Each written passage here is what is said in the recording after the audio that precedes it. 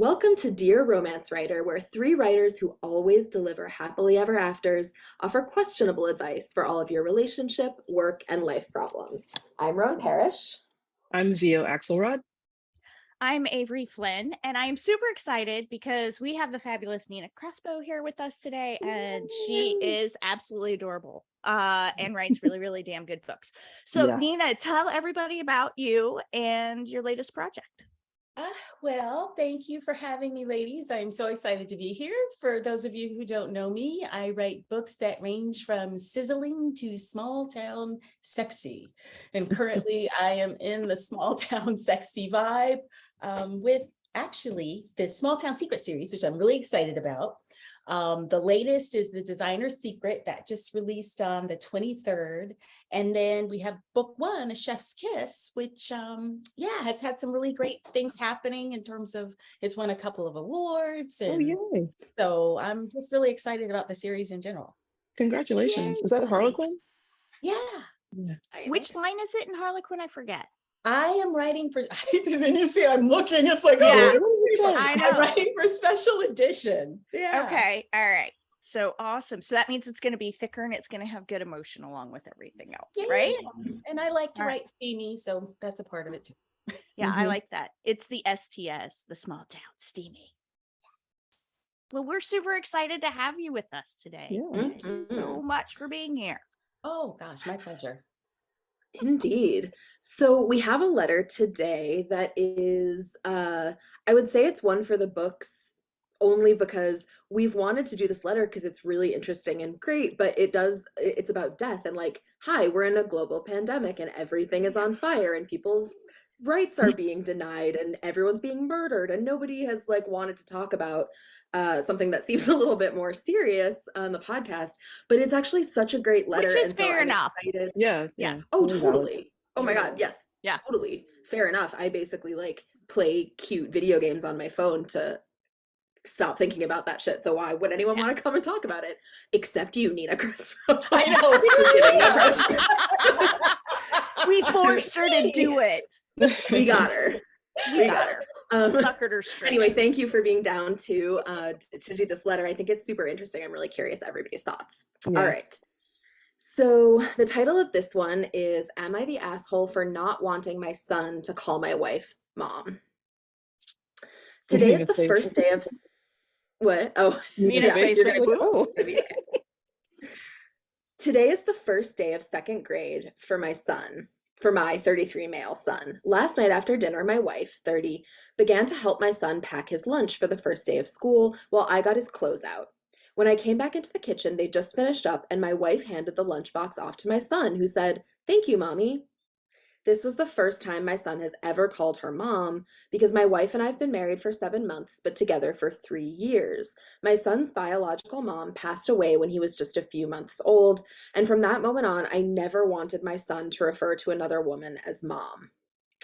I discussed this with my wife when I realized that we were getting serious and first introduced her to my son, and she said that she understood and would never expect my son to refer to her as mom or anything along the lines of that. And for the past few years, my son has only called her by her first name. My wife didn't say anything in the moment, just smiled at him and said, "You're welcome." However, after my son had gone to bed, my wife was beaming with excitement and telling me how happy she was about it. I didn't want to be an ass, but I reminded her that I didn't want him calling anyone else mom and asked her if she could just remind him to call her by her name or nickname next time. She was immediately upset and began to say that she would never have forced him to call her mom, but she's also not going to deny him that if it's what he chooses to call her. This led us into an hour-long argument and me sleeping on the couch. Am I the asshole here? And then there's an edit. Actually, there's two edits. Should I go ahead with? Okay, I'm gonna do that. I'm sorry, Yeah. the cat just looked and all you saw was a cat eyeball. It's behind. Yeah, I mean, breaking up the mood here is Jasper. we're lucky that it wasn't like a cat anus, if I'm totally There you honest. We go. really all got off quite All right. That's easy. what I think about it. All right, so I want to hear Okay, the so edits. edit number one. I have told my son all about his biological mom and have shown him pictures of her every day when he was younger, so he knows who his mom is and that she's no longer with us. Edit number 2. Okay, I understand what everyone is saying, and if I'm being honest, I'm sure it does stem from me not moving on from my first wife's death, but I get that it doesn't make me right to rain on my son and current wife's parade. Current wife. So, Yeah. Ooh. This is I isn't even a suitcase. This is a whole like Louis Vuitton suite of Yeah. luggage of baggage here. It's a it lot. is so much. Yeah, carry-on I mean, baggage. He's got like a stowage trunk. He's got wow. yeah. And none of it is matching.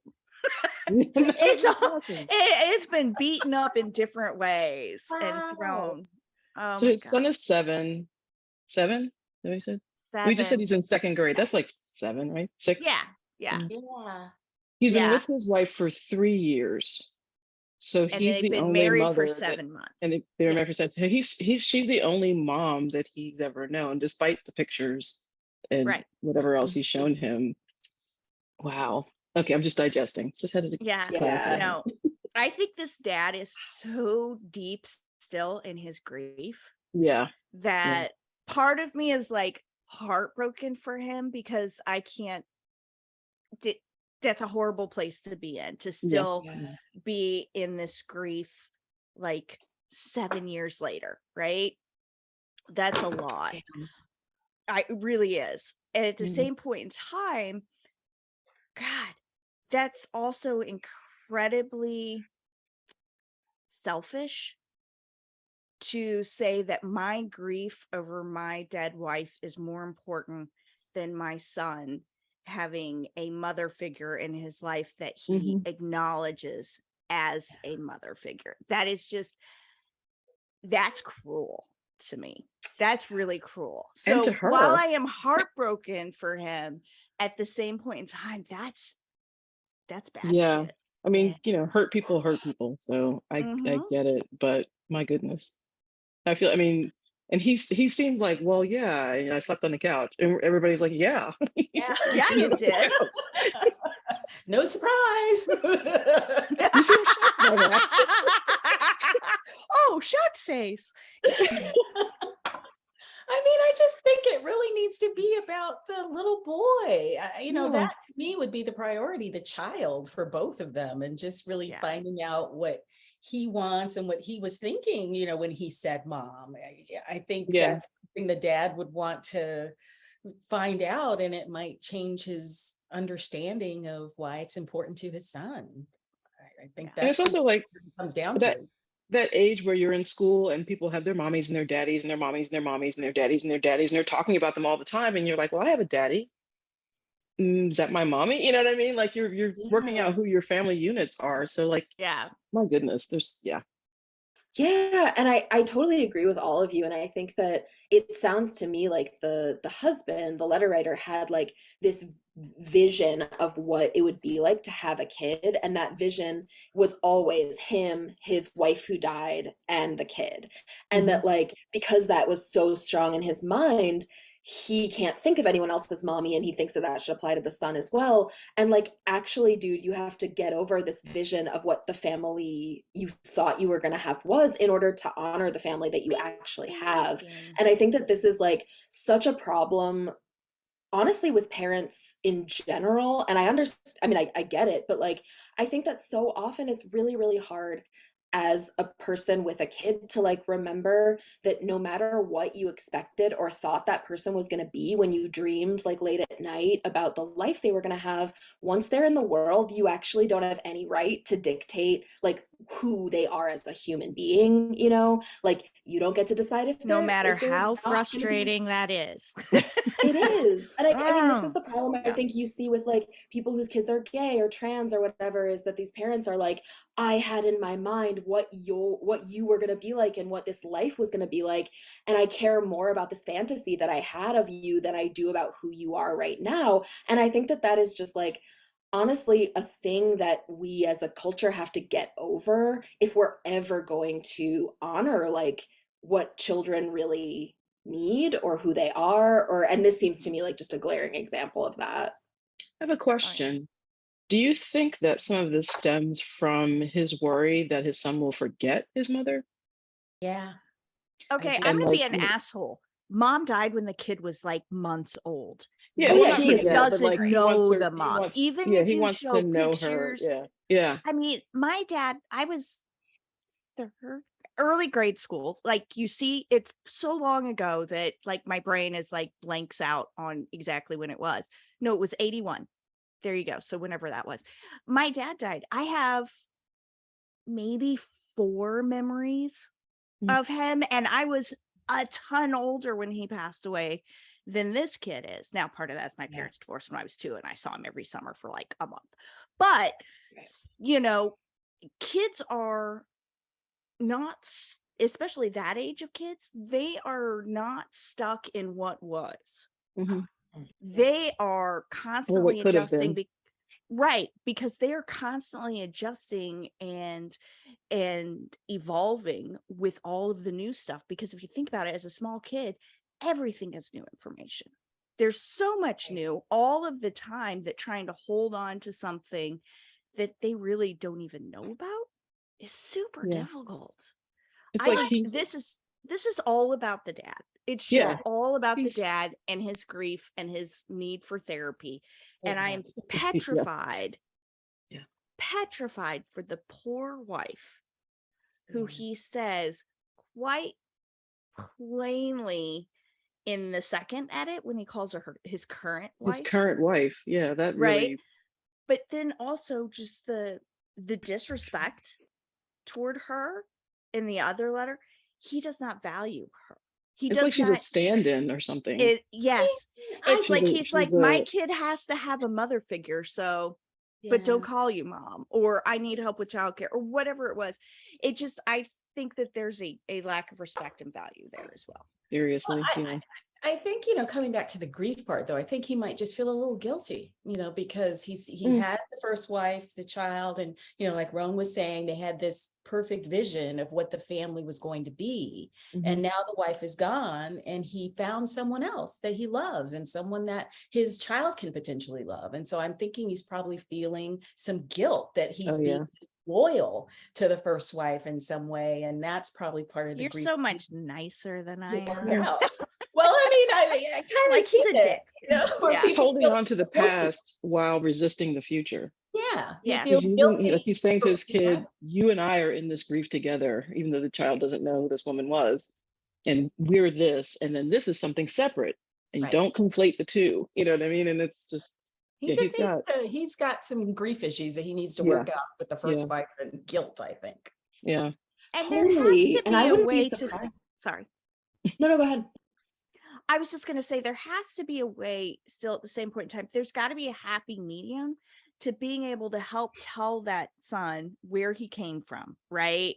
And I think there's definitely value to that, being able to say, here, let me tell you about your mom, and here's a picture of her, and she did funny things like this, or whatever it may be. That there's a lot of value to that, because especially as the child ages, they'll be, and you get to that natural point of who am I, right? When you're trying to figure that out the first time, because then you wait 5 years and you try and figure it out again, and then all of a sudden you're dead. But you keep trying to figure it out. But there is definitely value in being able to bring that in. You just can't outweigh the value of having the actual person at the same point in time. Yeah. It's hard to weigh those two. It might be a Yeah. nice family dinner to have after this happened, after he called her mommy, to have them sit down and go, that's really amazing that you called her mommy. And here's your life story, or whatever however they want to talk about it, to sort of like Mhm. get everything out in the open. But I mean, he's 7, so he's not going to understand a lot, but therapy. Good Mhm. grief. Yeah, and Zio, I think that's so smart. And actually, like, even though he's young, I think that there's real value in, like, what do they call like re-narrativizing the story of something that's difficult, so that the kid has like a cogent mode of understanding it. And now there's like a new chapter in the story, and it's like, so your birth mom died when this and this and this, and then it was you and me, and then it was you, me, and this person, and now this person is someone that you have come to care about as a mother figure, and you call her mommy, and so she exists, but your mom also exists. Like, Yeah. it is Yeah. easy to explain. Like, Yeah. At that age, I feel like kids are willing to understand those kinds of stories because they don't know that it's weird yet. Like they Hmm. don't know that maybe that's unusual. They're just like, well, sure, it happened to me. Why wouldn't I assume it happened to other people To too? everybody. And Right. like I think Right. kids books, like picture books are such a good way of doing that, because kids like they take these stories in that are like, oh, it's normal to have two daddies, or it's normal to have a mom that dies, and then this is how you deal with it, and it's sad, but it's also a chance. So I think that this dad, like, I wouldn't be surprised if, given how old his kid was when his wife died, if he never went to therapy himself about it, and also if Mm-hmm. his kid has never been, because that kid was too young when the mom died. But Right. like now it's time, and like the chickens have come home to roost. You kind of have to deal with all of that stuff, and maybe the dad is going to have to take like a new tack now that this has happened. But I think it's really like an opportunity, Absolutely. not a total problem. Yeah. Can you imagine how damaging it would be for a wife to have a stepson and have him call her mommy and her go, "Don't call me that." Mm, Oh my like, God. like, what is he thinking? Like, what is he thinking? Yeah. Yeah. Yeah. not Yeah. thinking, obviously, he's not Yeah. thinking Yeah. of it in a Yeah. holistic way. Yeah. And you know what? I will say, I wonder if, just complete conjecture here, you know, this might have been grief that snuck up on him as well, Hmm. right? Because that's the thing with grief.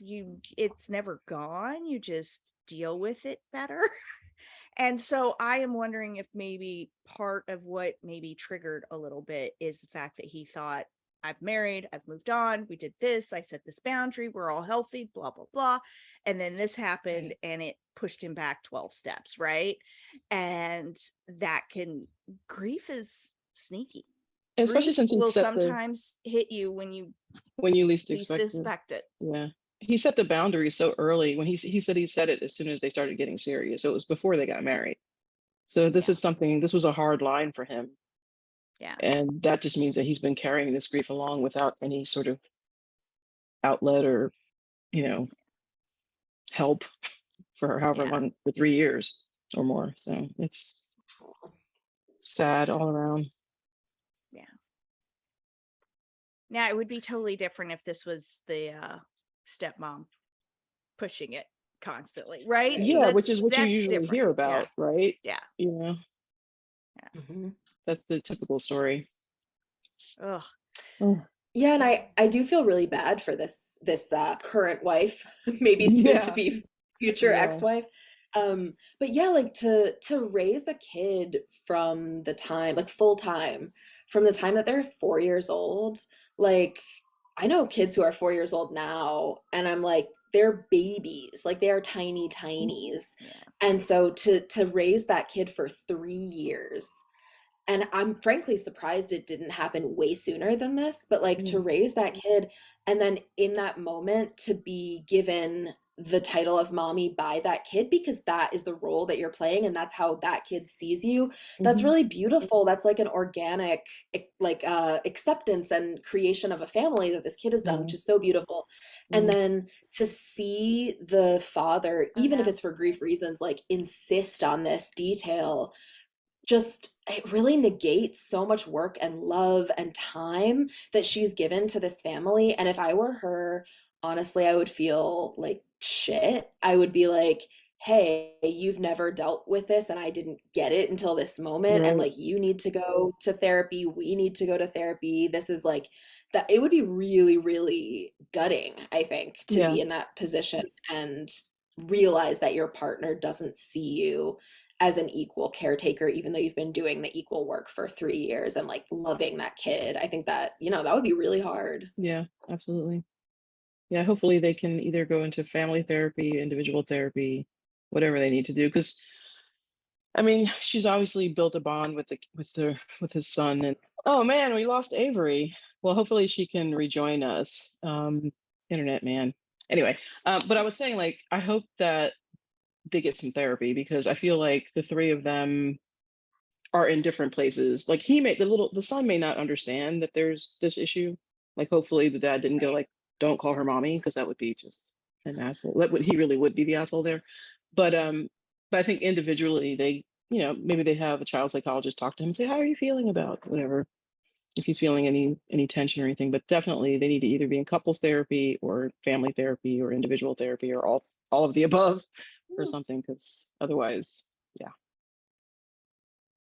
Yeah, and I was also thinking that if the couple now ever end up having more kids in the future, Mm, if Hmm. this kid is not calling his mom mom and then they have kids who are calling her mom, I feel like that's just such an instant and easy yeah. distinction between the like half sibling, and I just feel Yeah. like at that age, no one needs that kind of separation in the family that Mm, way. I think that would yeah. be unfortunate. Yeah. The parental bond is such a precious thing. It's not even guaranteed among biological parents and kids. So to find it in someone who's raising a child that they didn't give birth to is amazing. Like, you know, it's such a gift. I don't think he's seeing it that way. Maybe he's just too deep in his grief to see it that way, but hopefully he can, you know, Yeah. work through it. It's an opportunity to move forward. I mean, most definitely. Because I mean, grief Yeah. is something that it never completely goes away. You just learn to Absolutely. deal with it in as Yeah. you progress and move forward. And so they Yeah. progress to a point where the child is now, wanting to call this woman who has raised him mom. And so it's an Mhm. opportunity for them to reevaluate and reinvent, or however they want to look at it in terms Yeah. of moving forward together as a family if they can take the right steps to do that. Absolutely. Definitely. All right, third time's the charm for me trying to come back into this conversation. Sorry, guys. So we are connecting our conversation about death and parenting to Romancelandia, where a lot of times the joke is that, and joke is in not funny, haha, but just isn't it funny, is that a lot of main characters, their parents are dead, or the relationship between the main character and the parents is dead. So I just wanted to sort of bring that in a little bit and talk about, do you guys write books where the main characters have good relationships with their parents who are still alive? And why do you think we do that as writers? Because it's definitely not just romance. I mean, it happens across the board. But what is it as a writer that sort of brings that, main character out in the world by themselves? What is that is enticing to you guys? I mean, I think the loss of a parental relationship, be it through death or estrangement, is somewhat universal. Everyone can, not everyone, but most people can relate to the pain of losing a parental figure or being estranged from a parental figure. So I think that's a pain that a lot of people can understand when they're relating to a character, maybe.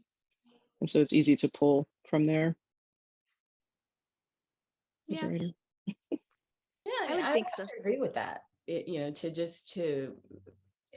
Because just recently, one of my last books, An Officer and a Fortune, I had a reader. At first, I didn't know how to take it because she was like, "Oh, I loved your book so much. I cried so much because it just really impacted me." And I was like, "Oh gosh, I hope you enjoyed it in a good way." But what in this particular book, and it was one of the hardest books I had ever had to write from the standpoint of the parent died on the page, and so Mm, this was part of actually a continuity series with Harlequin. Let me clarify that in Yeah. terms of, they give you the story Bible, you get a couple and you write them. And part of the story Bible was that the father would pass away in the middle of the book. And so I had never tackled that before. mhm. And I wasn't quite sure how to do it until a fellow writer, actually Denny Bryce, said, "Write a happy death." Write a happy death. Oh my So, God, you sounded just like her just There you go. Yeah, you did. Even the hand motion was very Denny. write a happy That death. was very good. So I had to think about, well, how do we write a happy death? And part of that happy death was that at the beginning of the book, they weren't getting along. And then by the end of the book, by the time he passed away, there'd been some wonderful reconciliation and Mhm. growth and different things. I don't want to spoil the plot, but point being that this reader, what she was identifying with, as we talked about it, was what Zio just said, that sense of losing a parent and being able to connect with that and actually finding it a little bit of a catharsis, I guess, in terms of being Mhm. able to Mhm. grieve with this character and then feel the triumph with the character at the end of the book. So I think that's part of it as well, that readers get an opportunity to sit with the characters within whatever situation they're going through with their parents, and experience it in a different way. Mhm. Yeah, I think this is such an interesting question, and I I agree that that is a big function of it. And I'm also thinking about okay, so you know when you're writing a character dynamic and it's all about like, okay, this character's desires and flaws and fears have to sort of be like in complementary distribution to the other characters so that they can like fit together like puzzle pieces in a certain way. I feel like having parents alive or present complicates the puzzle piecey fitting together because their presence on the page makes us all so aware of how much of our own psychology we owe to our family of origin.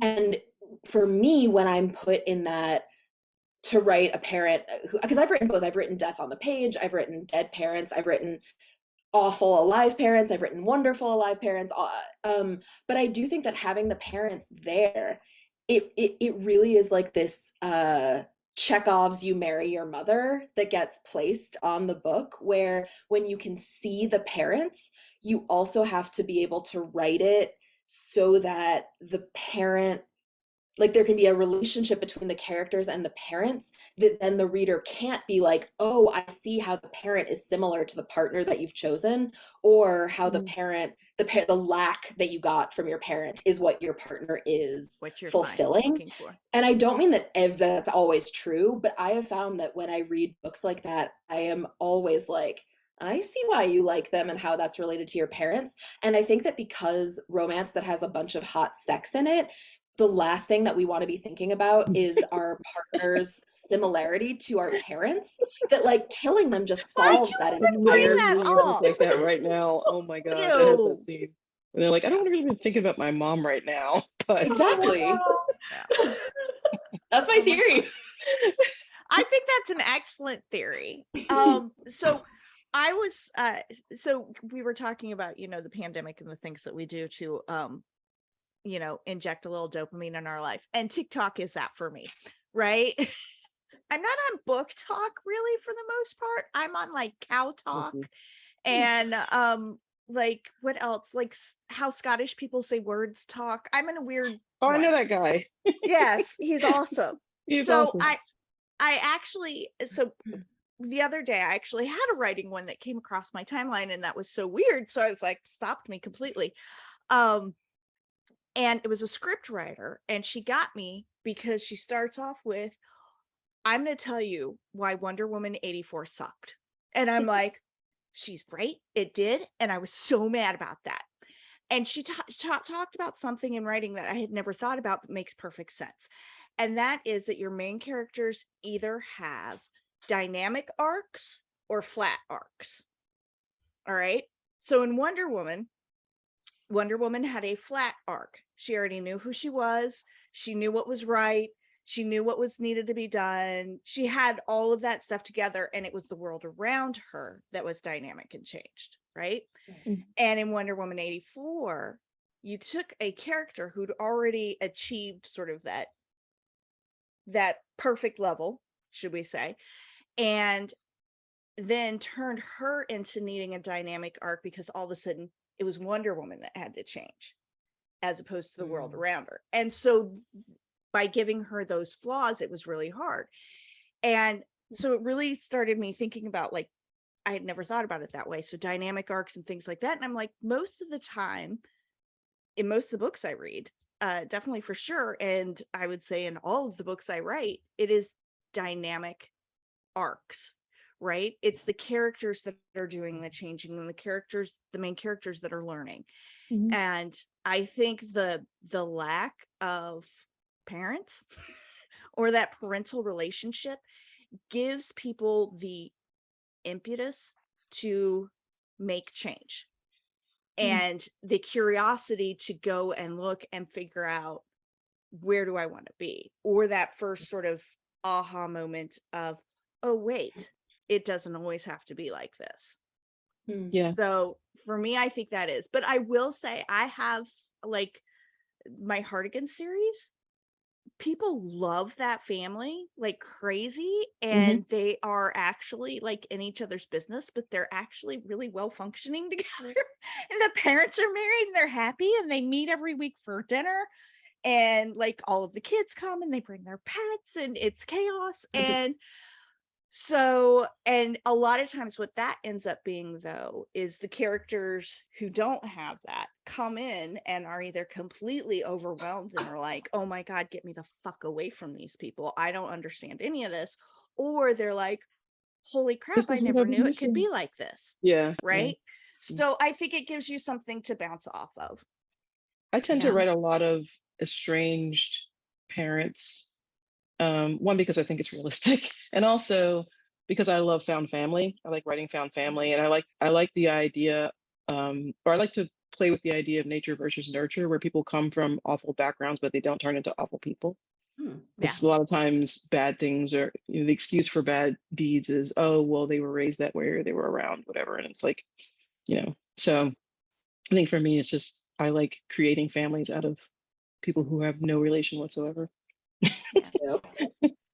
Me too. And I think there are some like my in my real life, so many of my friends found family people becoming either estranged on purpose from their family or like having their parents die was the first step to them actually feeling that they were able to be the person they wanted to be in the world, because the relief of expectation, the relief of judgment, the understanding that like the thing that was keeping me from being my authentic self was knowing that I would disappoint these people. Like once that was gone, even if it was very sad to lose that person, it was also like the gateway to authenticity and living a life that was for themselves instead of for this idea of them that their families had. And I think that can be really powerful. And like, of course, it doesn't always end up to being a good thing, but I do feel like because most of my friends are queer, like there are a lot of people whose families of origin maybe would have been great for another kid, I don't know, but for them were really hostile and really unnurturing. And I think that like there are some people that I've written, some characters that I've written who I'm like,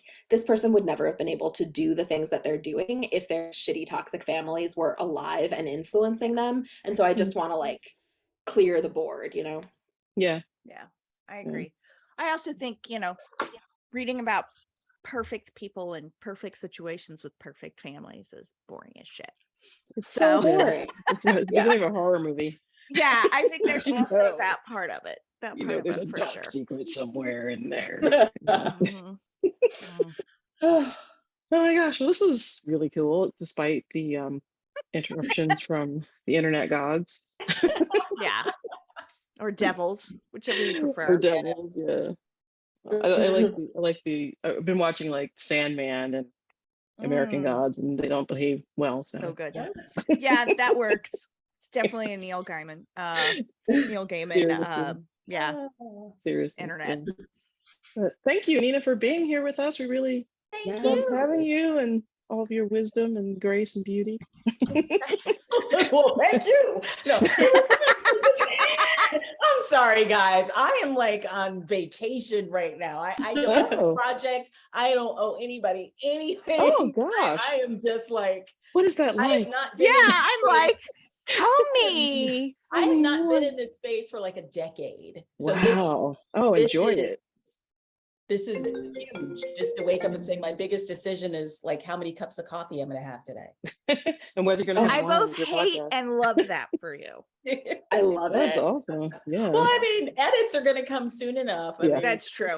Yeah. But right now, I'm just like, Oh, I don't know Yeah. what to do with myself. So so nice.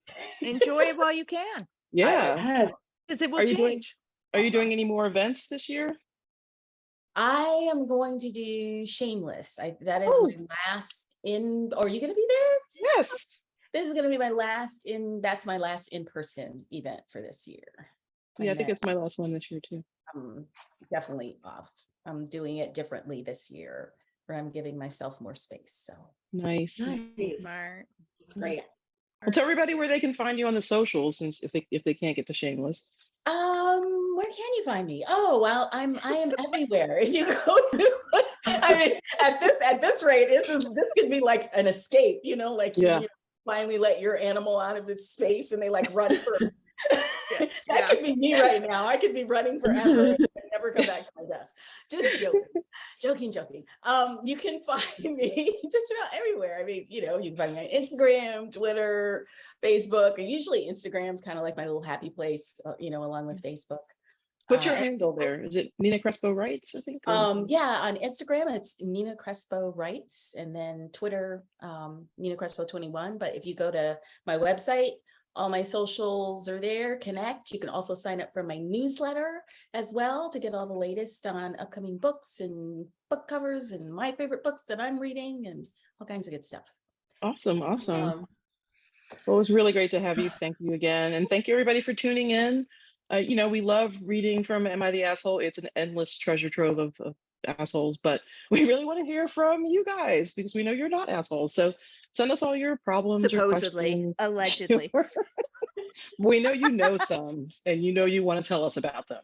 Yes. So, slide into our DMs, write to us at advice@dearromancewriter.com, carrier pigeon, I always say, find us at a con, whatever. We'd love to hear from you guys. And we can't wait to give you some more questionable advice from this trio of happily ever after enthusiasts. We will see you next time. Bye.